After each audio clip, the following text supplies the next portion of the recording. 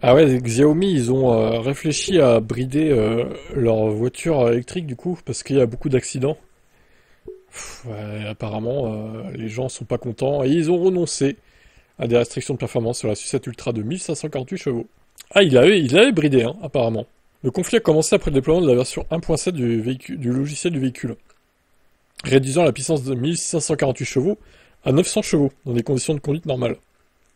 Pour accéder à la puissance totale, les propriétaires devaient réaliser un temps de référence sur des circuits homologués via un système baptisé évaluation de temps au tour en mode qualif. En vrai de vrai, c'est pas si bête comme truc. Après, vous me direz, même à 900 chevaux, ils peuvent s'éclater la gueule, hein. Ça va pas changer grand-chose, hein. Ils vont gagner une seconde au 0 à 100, peut-être, même pas, 7 dixièmes, 8 dixièmes. Ils peuvent quand même avoir un accident, hein, même avec 900 chevaux, hein. De plus, une période d'attente de 60 secondes est imposée avant toute utilisation du contrôle de lancement, interdisant ainsi le départ puissant spontané. Un porte-parole de Xiaomi Auto a justifié ces restrictions par des considérations de sécurité, soulignant que les performances extrêmes de la voiture nécessitaient des conditions de piste et une conduite expérimentée. La puissance maximale de 1548 chevaux est conçue pour une utilisation sur circuit avec des pneus et une préparation adaptée. Cependant, cette affaire met en lumière une problématique plus profonde. Les constructeurs jouent aux apprentis sorciers en exploitant des technologies électriques capables de produire des puissances délirantes.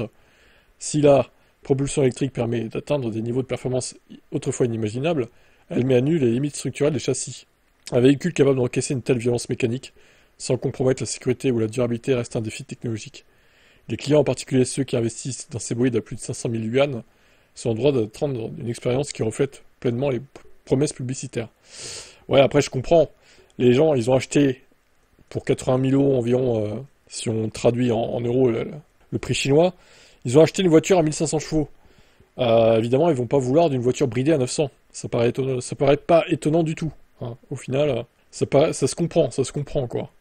Positionnée comme une vitrine technologique, la Sucette Ultra, selon Legend, PDG de Xiaomi, la voiture rivalise avec une Porsche en performance et Tesla en innovation, avec une accélération de 0 à 100 en 1 seconde 98 et une vitesse de pointe dépassant les 350 km/h. Il redéfinit les standards de l'automobile électrique. Bon, c'est bien qu'ils soient revenus en arrière, je pense. Après, j'ai envie de vous dire, ceux qui s'éclatent la tronche avec, c'est la sélection naturelle, tant pis pour eux. Ils auront plus que leurs yeux pour pleurer. Bon, on espère évidemment qu'ils vont pas se blesser, hein.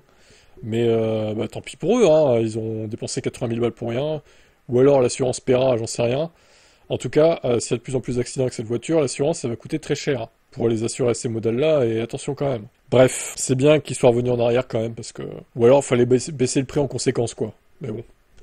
Au final, ils ont fait un petit retour en arrière. Tant mieux.